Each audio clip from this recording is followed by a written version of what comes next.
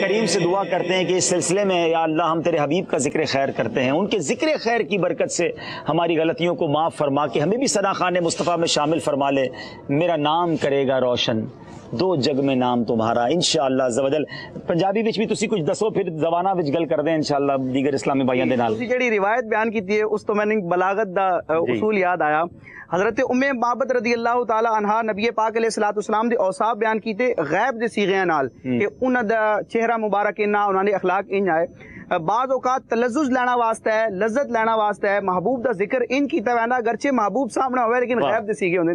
تو مولانا حسن رضا خان رحمۃ اللہ تعالی علیہ دا کلام من یاد آ گیا، کرے چارہ سازی زیارت کسی کی۔ حضرت سیدنا صدیق اکبر رضی اللہ تعالیٰ عنہ جڑے نبی پاک علیہ الصلوۃ والسلام دے نال نال برکتاں لے رہا ہے، دوران ہجرت دا ایک سیدنا صدیق اکبر رضی اللہ تعالیٰ عنہ دی ذہانت دا ایک نظارہ ویکھن وچ آیا۔ بخاری شریف دی روایت ہے، جدن سیدنا صدیق اکبر رضی اللہ تعالیٰ عنہ نبی پاک علیہ الصلوۃ والسلام نال سفر وچ جا رہا ہے، ایک شخص پوچھا کہ اے تہاڈے نال کون ہیں، ہن بلہ والا مو کون ہیں، او جاسوس آ کون آ؟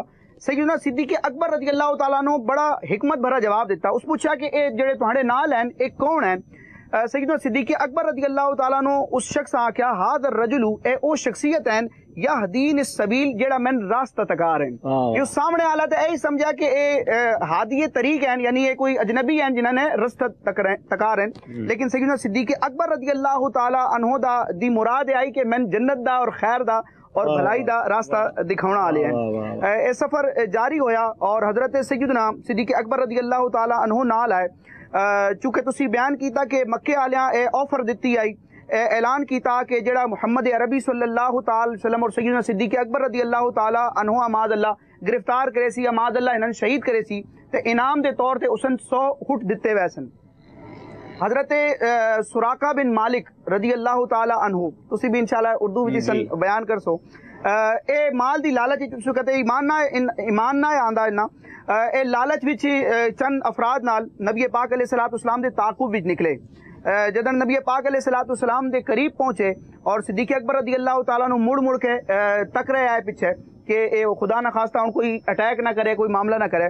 نبی پاک علیہ الصلوۃ والسلام سراقہ بن مالک واسطے دعائے ضرر کی تھی، ادا اثر اے ظاہر ہویا اے نبی پاک علیہ الصلوۃ والسلام دا معجزہ کہ سراقہ بن مالک دا جڑی سواری ہے جڑا گھوڑا اودیاں اگلیاں جڑیاں ٹنگن او زمین وچ دھسن لگ پئیاں، حالانکہ جڑی دلدل ہوندی ہے یا نرم چکنی مٹی ہوندی ہے اس وچ کوئی چیز دھسدی ہے، پتھریلی زمین وچ ریگستانی زمین وچ کسی چیز دا دھسنا اے خلاف عادت ہے۔ علماء کرام ذکر کیتا کہ بھی نبی پاک علیہ الصلوۃ والسلام دا معجزہ۔